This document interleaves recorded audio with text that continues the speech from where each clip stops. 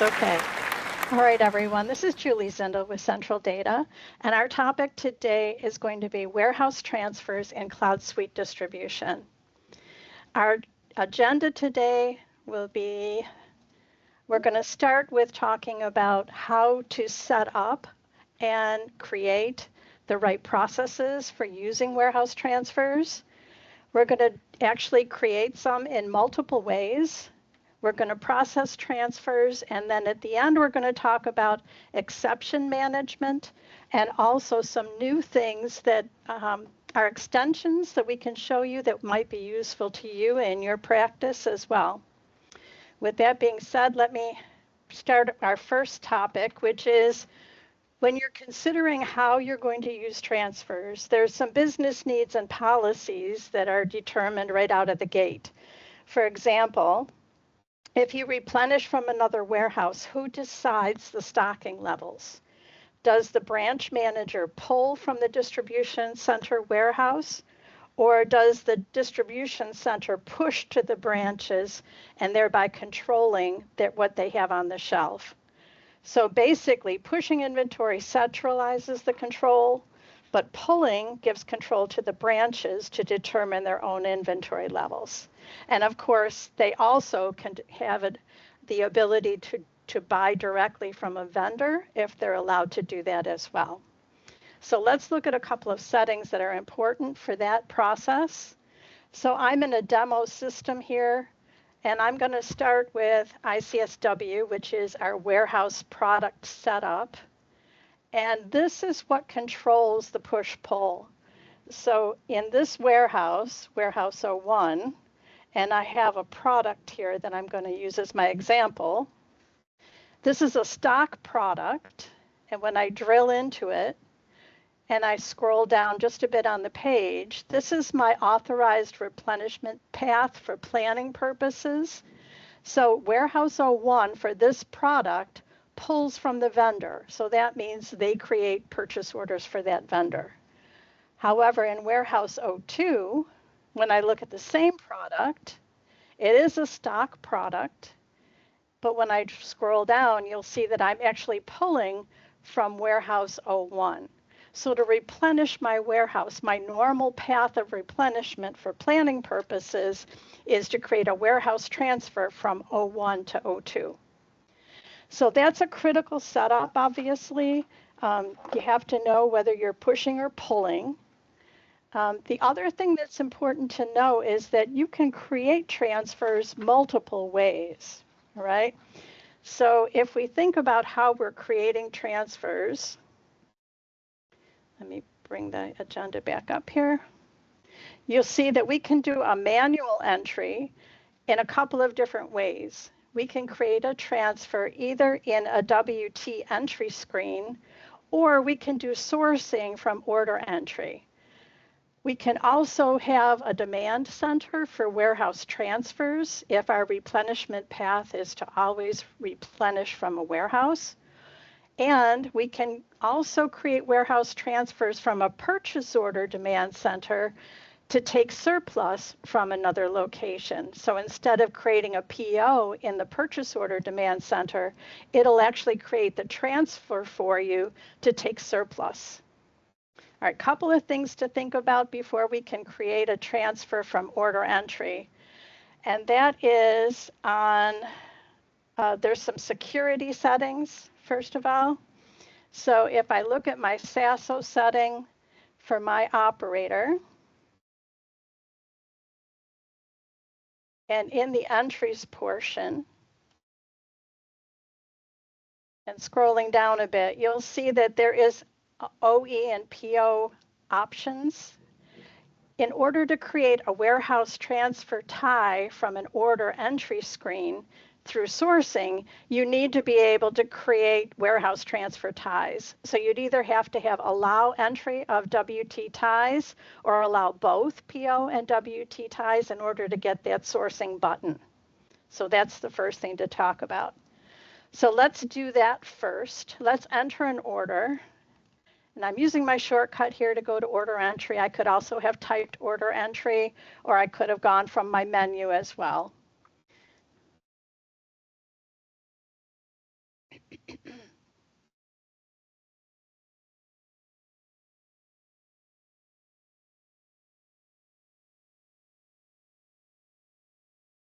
All right, so I'm going to enter an order for a customer.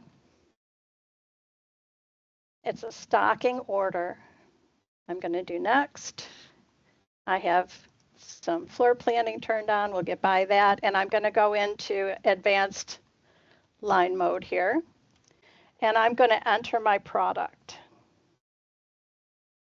Let's do this product here. And I might be ordering more than I have available. There's 73 available in my warehouse. But I can say I need to order 100, right?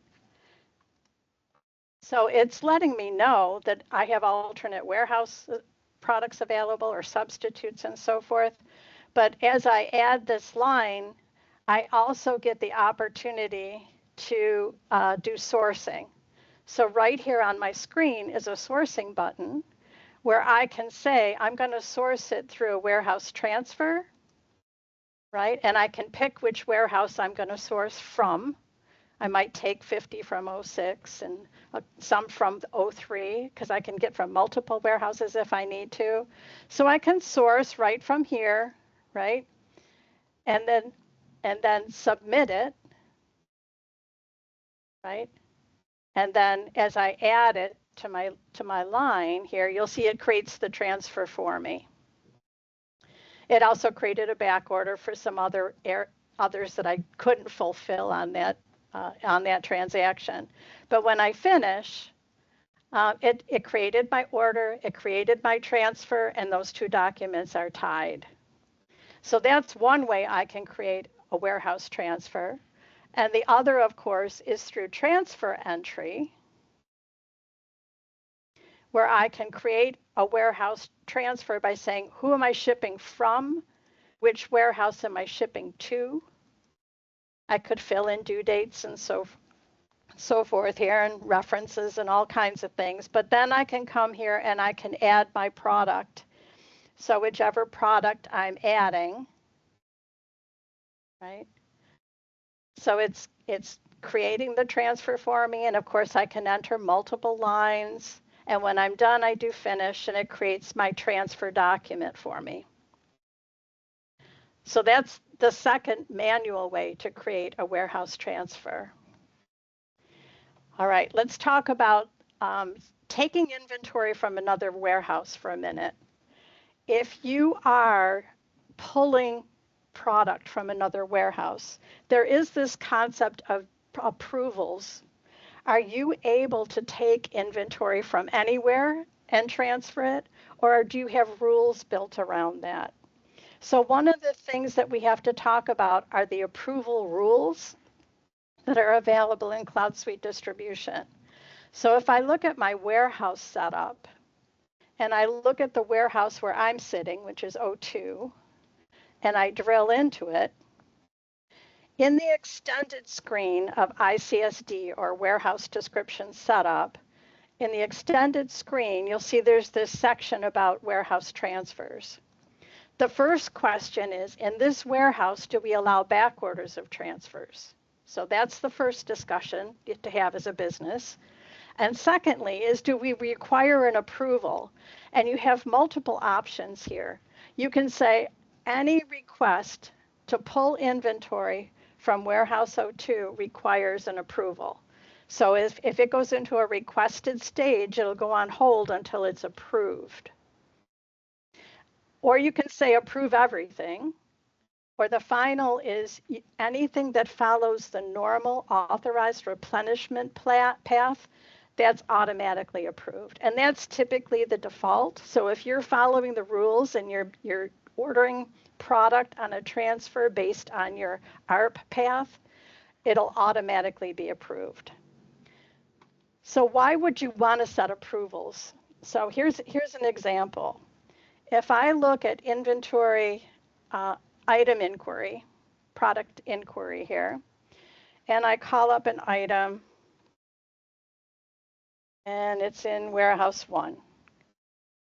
And it brings up my 360 view of my product. When I go to General, I can see availability here, all right? They have a good amount of supply, right? They've got 297 days of supply of this product, and I want to take all that they have. Just notice here that there are two kinds of surplus. There's short-term and long-term surplus. Short-term surplus could mean that they just got product in. So they did the right thing. They ordered on time, they created their PO, they brought in the right amounts for the demand in their warehouse. And now if you take it, they're not going to have product to fill their customer orders. So that would be one reason why you might put an approval process in place. It might just be a verbal approval process where you're not actually putting the transfer on hold, but you just make a phone call to say, is it okay if I take all 19 of your short-term surplus? So that would be one of the things that would be a consideration. All right, so that was approvals. Other ways that we can create transfers, if we have an ARP path set up on our product to always pull from another warehouse, we would run a warehouse transfer RAR, right? So we would run that RAR, and we would use our demand center to tell us how much to bring in from warehouse 01, for example, to 02. And when I search here, I'll see my report ran probably overnight, or I ran it manually. When I drill in, it's going to tell me the products that it's recommending that I order to fulfill the demand in my warehouse. So this follows the same kind of process as your PO demand center, except now it creates transfers, not POs. All right, so we can say which lines we accept. We can change quantities if we need to. We can set all on so that we could take all of this product. And then we would merge the RAR, merge the demand transfer report into warehouse transfer tickets for the shipping warehouse. All right, and the final way that we can create transfers is in a PO demand center, where we've run our demand for, oops, I got the wrong thing here, sorry. ERA, all right. And for buyer 4 in warehouse 1, which is who I am, I can look and see what my demand center says I need to order today. And when I look at my items, I can see I need 17 of these to order, but they're surplus in another warehouse. So if I am in a hurry to get these and my other warehouse is close, I may decide to take that surplus that's available and merge that into a transfer ticket rather than putting this on a purchase order to a vendor. So all of those things are internal business decisions about how you want to use the system. Just know that you have all those different ways to actually create a transfer, and that moves the product into your warehouse. So if I'm in an inquiry screen, how do I know how that transfer got created? So if I look at any transfer ticket, let's call up one here.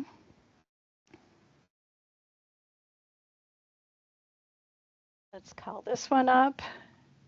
And if I look on the totals screen in a transfer inquiry, you'll see that in the middle of the page, this would be where my journals would live, but also here you see created by. So it says my initials and my operator number here, but it says it was created in order entry. So in that case, that one was created by sourcing in order entry. Or if I look at another example,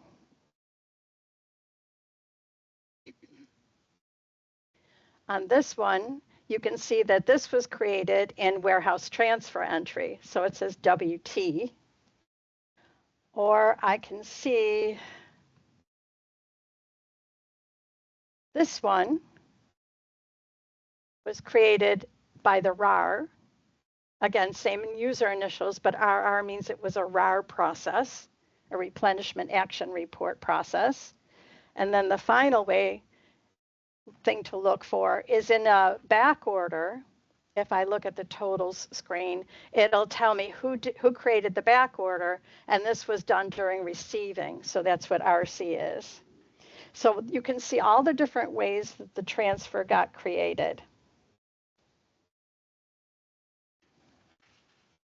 Okay. So next on our agenda is the processes that we're going to talk about. So when we look here, we can see we have three different basic processes in the transfer process. We have to ship out of the shipping warehouse, we have to receive in the receiving warehouse, and if anything doesn't match, it's going to show up in the exception center, which is WTEE. There's also an exception report that you can run that'll guide you to where you need to look at WTEE to fix things. So if something goes wrong, it's going to show up as an exception. All right, so let's start with the shipping process. So if we look at our transfer menu, there's a shipping section here. And just so you know, the shortcut for that is WTES, warehouse transfer, enter shipping. And here you can do a lookup for a lot of different ways. We can look up from one warehouse to another, right? We could leave the warehouse open and just look for all of our transfers or all of our warehouse transfer directs. Now, a warehouse transfer direct, we didn't really talk about that, so let me explain. If you are drop shipping to one of your customers from another branch, you can do that by checking the flag in sourcing to say, I want to do this as a direct ship order, a drop ship. And in that way, your customers will get fulfilled out of another location. Now, very often we have to talk about some rules around that. If you are drop shipping from one location's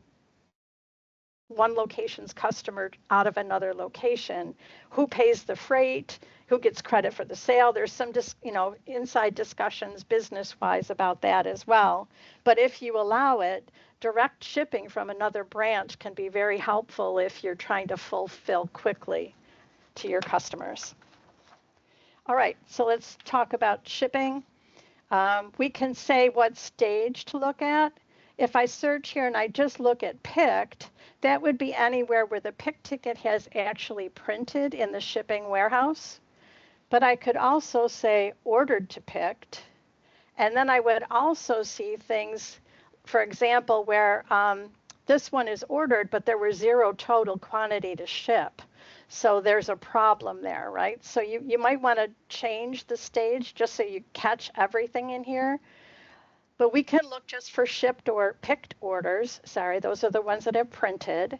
And when I drill into that order, the first time I go in the day, it's obviously going to open a journal because we're going to be posting in transit inventory to the general ledger anytime we do shipping or receiving. So I'll see my line, I see the quantity to ship and so forth. So I can drill right in and do the shipping from here, right?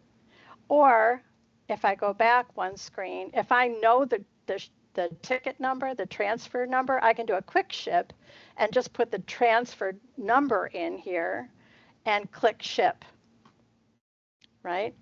And then you would do as many as you have. If you have 14 tickets to ship, you would do one right after the other. But when you're all done, you do a final update. And it asks if you want to proceed. You say yes.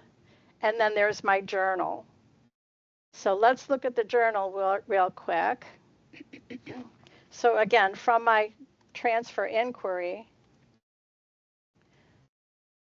I think this is the one I just did, on my total screen, here's my shipping journal. So you'll see here on the General Ledger tab, if you have security to see General Ledger, that it's taking it out of inventory in Warehouse 1, and it's putting it into an in-transit bucket. And it stays there until it's received at the other warehouse. Okay. There is a feature called auto receive ship, but that is for direct ships only. So if you've got a list of direct ship drop ship transfers to do, you can use that auto receive as well. All right, the receiving process. So we've shipped out of our warehouse. If I look at that, I should have looked at the stage just to prove that it really did ship. We can see that here it was requested, ordered, picked, and today it was shipped. We have one line, and again, you could look at any of the information about where it's shipping to.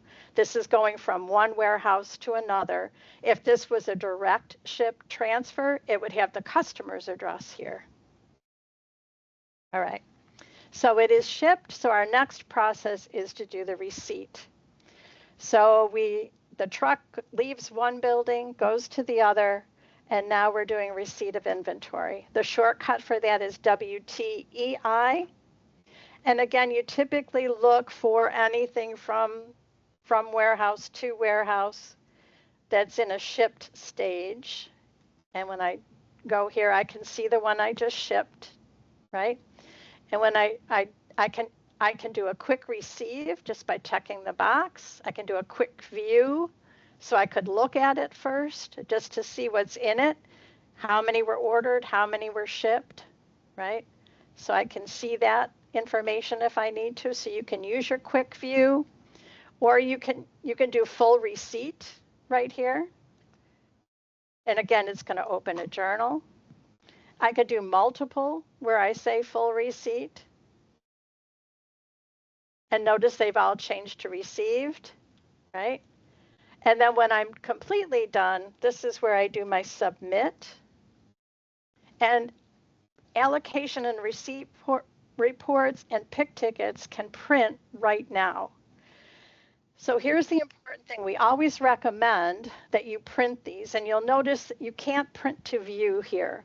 You can only print to a printer, you can print to file or to a device. But we always recommend that you print and look at these reports. The reason is you can send them to an email to yourself if you prefer not to print the hard paper, but we do want you to look at them. So let me just show you what one looks like here. I'll just show you an example of one.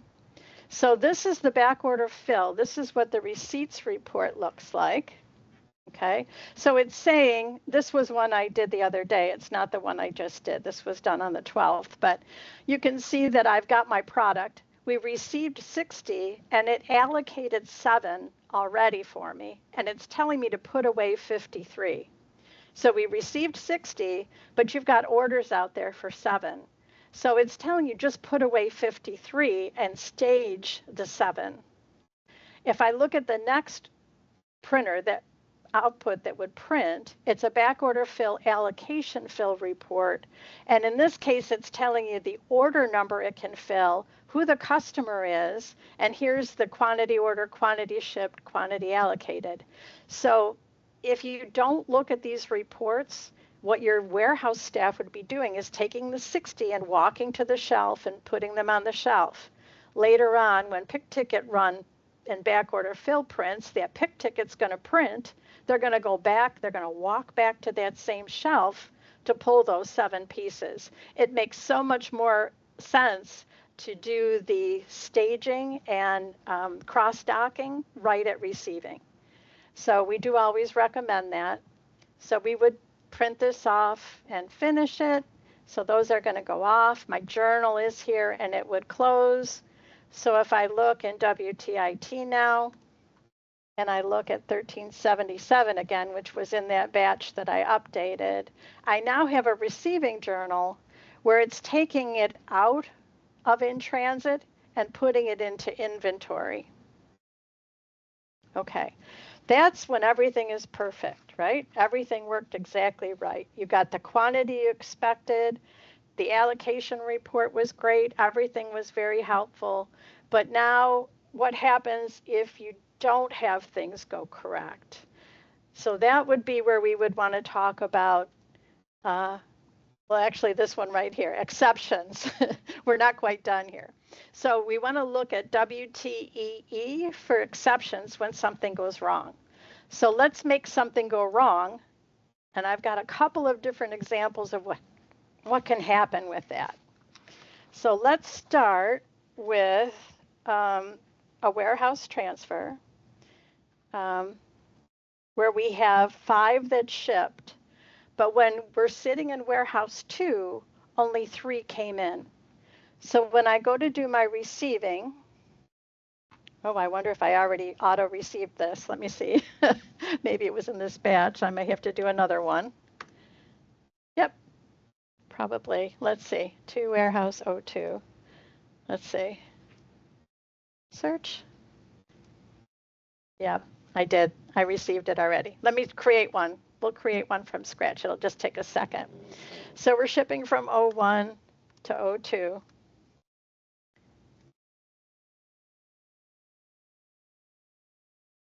And here's the product I have, 1-103. And I have 5, and I'm adding it. Add. Okay, so there's the 5, right? And I'm going to finish that order. Let me update it and finish. I have a back order on it now. I probably need a different product. Let's try 1-101. Let's see if I have 5 of those.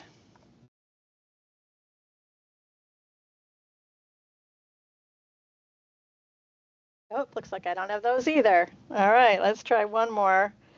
-105. Let's try this one. Do I have 5 of those? I'm in demo data here, folks, so let's see. Aha, we have enough of those. Okay, so I'm going to finish, and this is 1390. And I'm shipping 5 of that third line, the 1-105. So I'll go to shipping next. My pick ticket would print, obviously. Then I'm going to go to my shipping screen. I'm going to do quick ship and call up that one I just created. Oops. And I'm going to ship. And I'll do final update. And then I'm going to go look at it just to make sure that went right. We'll look at it in an inquiry screen. All right, 1390-00. And here's today's date, the line detail. We have 3 lines. We have the 5 ordered, and only 5 could ship, so the other 2 will create a back order, right? So we have our shipment done. Now I'm sitting at the other warehouse, and the truck comes. And I go to receive the 5 that I expect.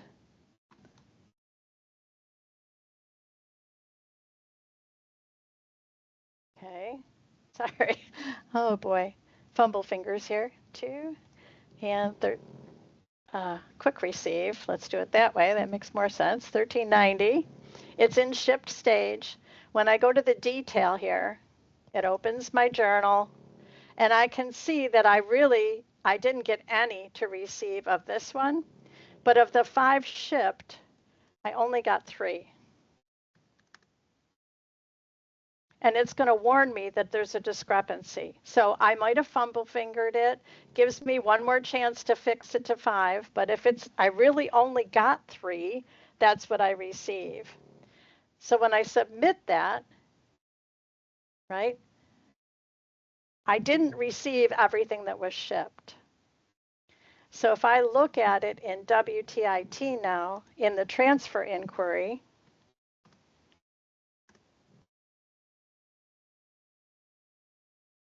it's in received stage. Hold on. Did I do the wrong one? It should have gone to exception stage. My line 3 here should be an exception.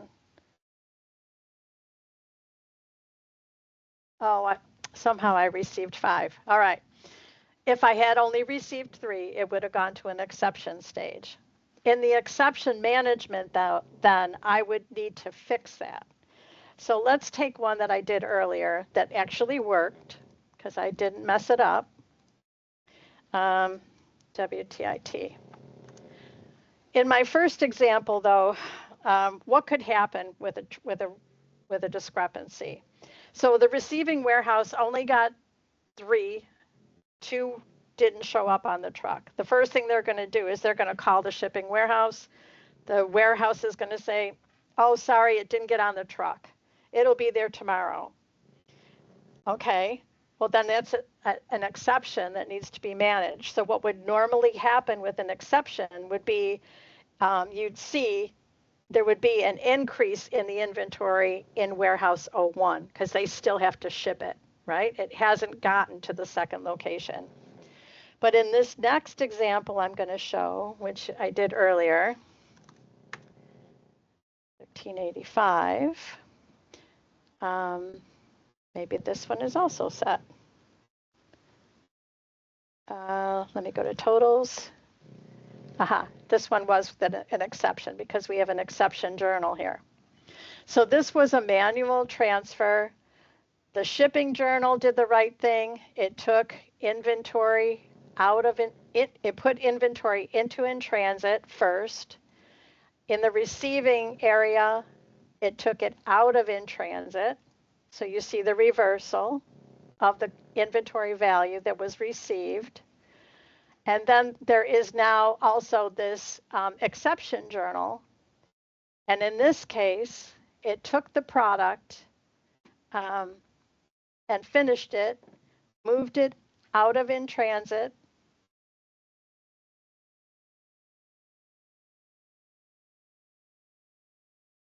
and what I wanted to show was it actually, in this case, we only received 3 because 2 of the products were actually damaged. So in that case, it instead of putting it into inventory, it put it into unavailable. Oh, goodness, I can't type today. Here we go. So if I look at this product, 1-105, in warehouse 01, if I look at unavailable, here we can see that it put the 2 into defective. So there's multiple different ways to handle exceptions. The first one was just we have to adjust on hand in the shipping warehouse because the product didn't get to the second warehouse. In my second example, we got 2 that were defective.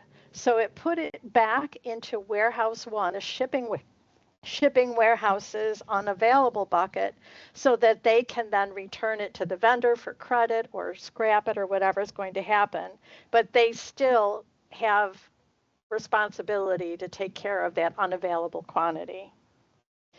And then the final thing that can happen is, well, there's 2 more things that can happen actually, but the final one that is where the quantities don't match is nobody knows what happened.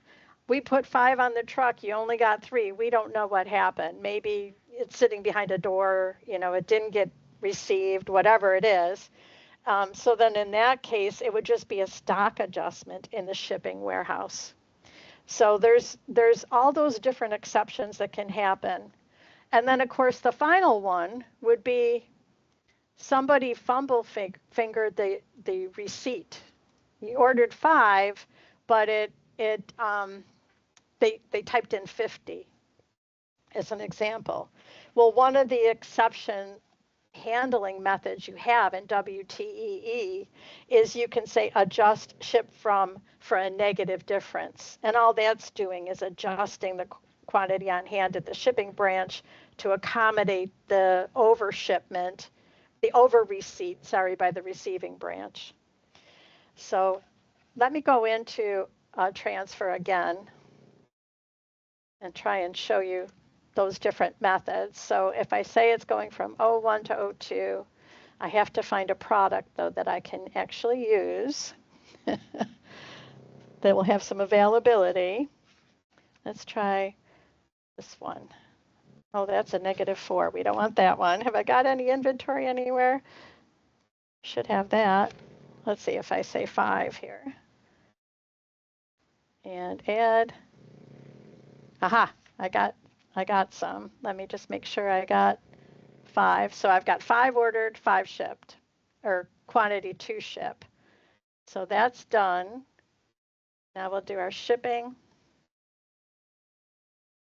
We'll do a quick ship on 1391. And we're going to do a ship, open a journal, do our final update. All right. And then we're going to do our receipt. As soon as that finishes, we'll do WTEI. And maybe I can do it right this time. Let's see. And I want to do a quick receive of 1391. But I want to go to detail because I want to edit the quantity to receive to be 3. And now it's telling me I got it wrong, and I'm saying that's okay. Submit it anyway. And then I'm going to do my final update. And then I'm going to go look at it and see if it worked right. Let's see.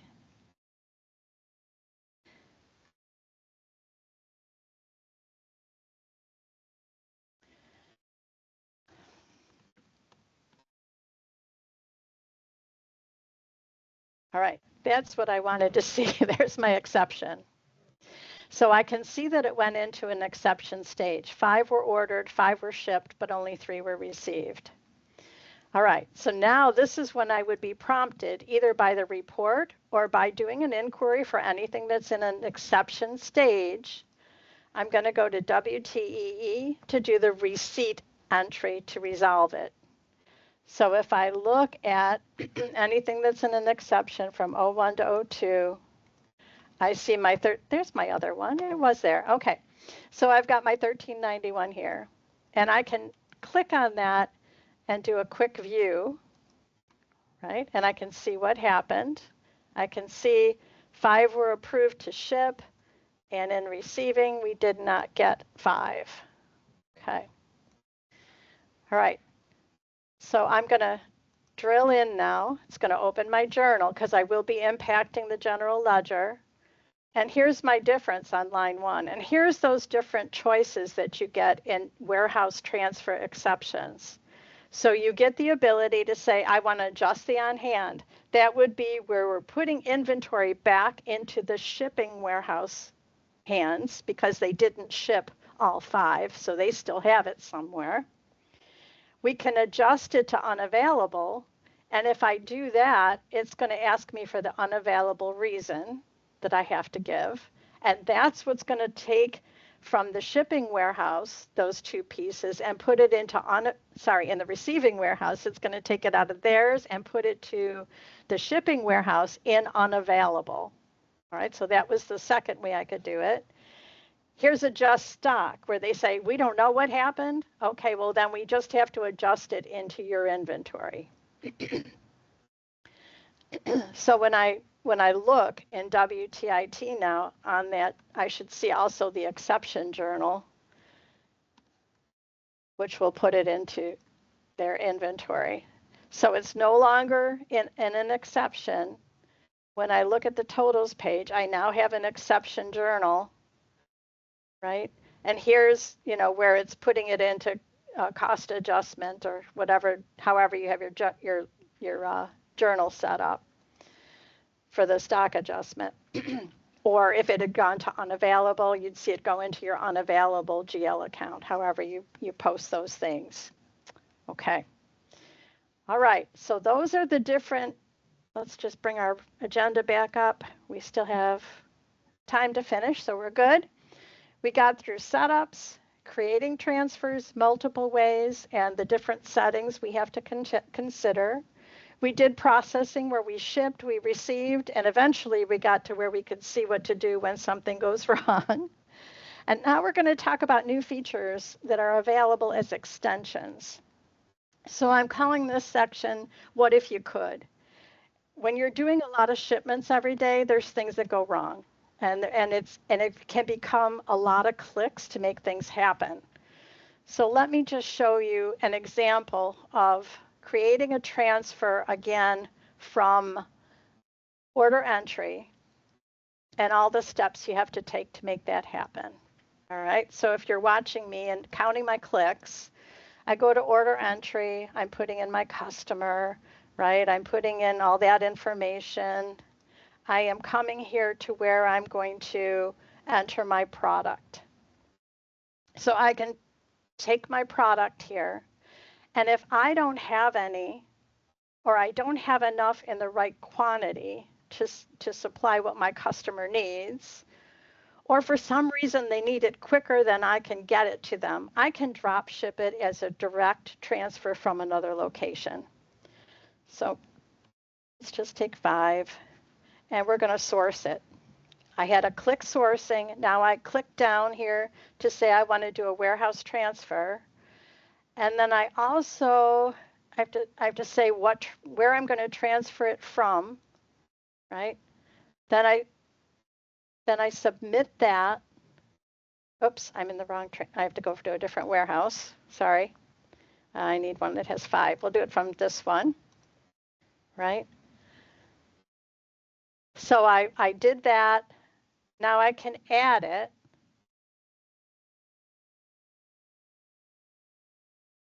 Okay, that's not like in their product. But anyway, you can see I've got a lot of clicks to make that happen. All right, so let me go to another company and just show you an idea of what we've done for other customers that may be helpful. Hold on a second. I'm going to open another window here and log into another company. Give me just a second. It's coming. Maybe it won't let me till I finish this. Okay. All right.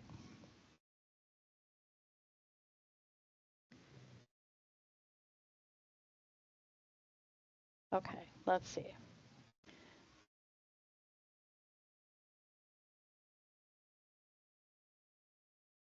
Trying to get into another company here. Here we go, sign out.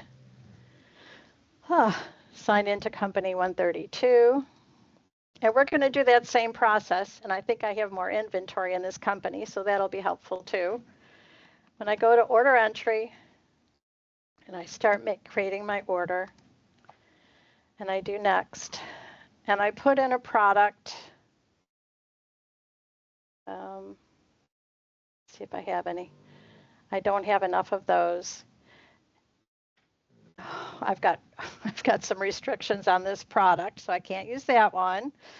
Let's try this one. Okay. Now you'll see that I have this new tab called CD Transfer Sourcing. So right from my order line, if I see that I don't have enough inventory or I want to drop ship from another warehouse, I can do it right from here. Why did that not work?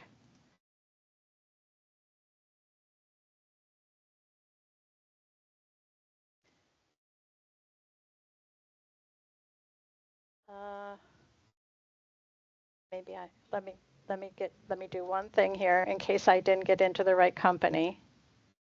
I apologize. I only have these extensions in certain companies. So let me try again. Make sure I'm in the right place.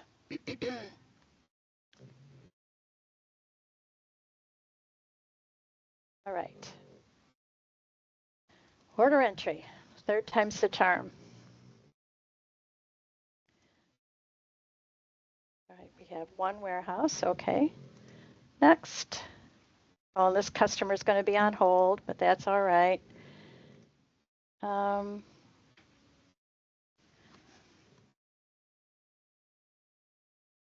That one, row 3 maybe. Okay, I have none available. So now this is what I expected to happen. So I can see a list of all of my warehouses that have that product. And I can go right from here and say, okay, I'm going to take them from Detroit Pump and Manufacturing. And I can say it's a warehouse transfer direct right from there. So at this point, I have saved myself a bunch of steps, and I can then finish my order and create my transfer. So the idea is that that gives you everything in one grid where you can easily select from the warehouse you want to transfer from. I told you that customer was going to go on hold, so it did. But you can see that it's a much easier way to get your transfers sourced. You can even pick from multiple in there, and you can say right away if it's a warehouse transfer direct. All right, so let's go next to, I have another company to go to because I've got another scenario to talk about. So let me try this one. Fingers crossed that I can get in there, okay? But this is the last scenario I want to talk about is you're doing a lot of shipments every day. You're filling trucks all day long. This is especially important if you're using TWL because you've already shipped it in the gun, assuming it's going to go on the truck. And then when you're loading the truck, you find that it won't fit. So you've got a couple of pallets left that won't fit on the truck. So that would be another scenario where you're going to ship one amount to your warehouse. They're going to receive a different amount, and it's going to show up as an exception. And you don't want to have to unship it, I think is my point, because it's more difficult, I think, to unship when you're using the gun. So you just want to keep it on the dock, and you're going to load those 2 pallets the next day is the scenario that I'm thinking of here. So I've got one here to use as an example. So it did create the exception. We shipped 80, but they only got 60. And those 2 skids are still sitting on my dock. Well, the what if you could feature that I want to talk about is what if you could leave it in shipped stage, but roll it to a back order. So this is the new thing I wanted to talk about and see if this would be of value to any of you. So you have the ability here to roll to a back order. So you don't have to unship it. You just leave it on the dock and it goes into the truck the next day. So that's more pertinent to people who are delivering to other warehouses with their own truck. But it could come in handy for some of you that are shipping like that all day long to multiple locations. So that was the new feature I wanted to talk about. Now there's some things we have to discuss with that because if you had a tied line to that order that was tied to, for example, if you create a back order, it automatically undoes the tie. That's base. But you know, so there's a couple of things we're still thinking about. This is in conception stage right now, but I would really love to get feedback from those on the call today to see if this would be something that you would be interested in pursuing as we design this feature for warehouse transfer shipping exceptions. All right, so that being said, if there are questions, you are welcome to email me. I've put my email address on the screen. It's jzindel@centraldata.com. And thank you so much for attending today. This will be posted on our Central Data YouTube channel. So if you go out regularly looking to see what's new on our YouTube channel, you can definitely see it there. All right. Hi, Julie, we do have one question from Amy. Yep. Amy asks, when we upload a WT via Excel, it does not allocate all the inventory we were